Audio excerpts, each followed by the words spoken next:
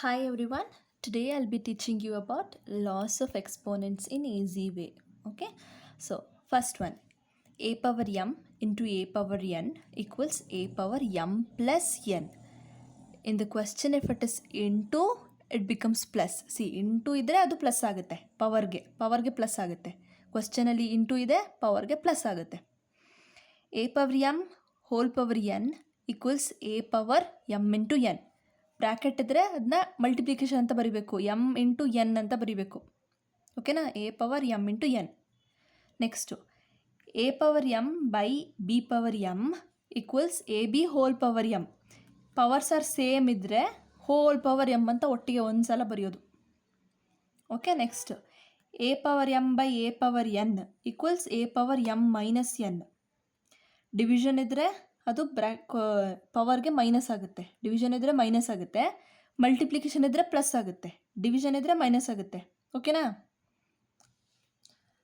ಸಿಂಬಲ್ನ ಹಿಂಗೆ ತಿರುಗಿಸಿದ್ರೆ ಪ್ಲಸ್ ಆಗುತ್ತೆ, ಡಿವಿಷನ್ನು ಎರಡು ಚುಕ್ಕಿ ತೆಗೆದ್ರೆ ಮೈನಸ್ ಆಗುತ್ತೆ. ಈಸಿ ವೇ ಟು ರಿಮೆಂಬರ್, ಹಂಗೆ ನೆನ್ಪಿಟ್ಕೊಳ್ಳಿ. Next a power m into b power m equals a b whole power m. Powers are same ಇದ್ದರೆ ಹೋಲ್ ಪವರ್ ಎಮ್ ಒಟ್ಟಿಗೆ ಬರೆಯೋದು. ಇಲ್ಲಿ ಬರೆದ್ವಲ್ಲ ಹಾಗೆ, ಹೀಗೆ ಪವರ್ಸ್ ಆರ್ ಸೇಮ್ ಇದ್ದರೆ ಹೋಲ್ ಪವರ್ ಎಮ್ ಬರೆಯೋದು. ಇಲ್ಲಿ powers are same, whole power m. Next a power m by n equals n root a power m. N ಕೆಳಗಡೆ ಇದ್ದರೆ ಅದು ಈ ಕಡೆಗೆ ಬರುತ್ತೆ, ಮೇಲ್ಗಡೆ ಇರೋದು ಎ ಪವರ್ ಎಮ್ ಆಗುತ್ತೆ, ಹೇಗೆ ಬರುತ್ತೆ. Okay, next a power 0 equals 1. Anything to the power of 0 is 1.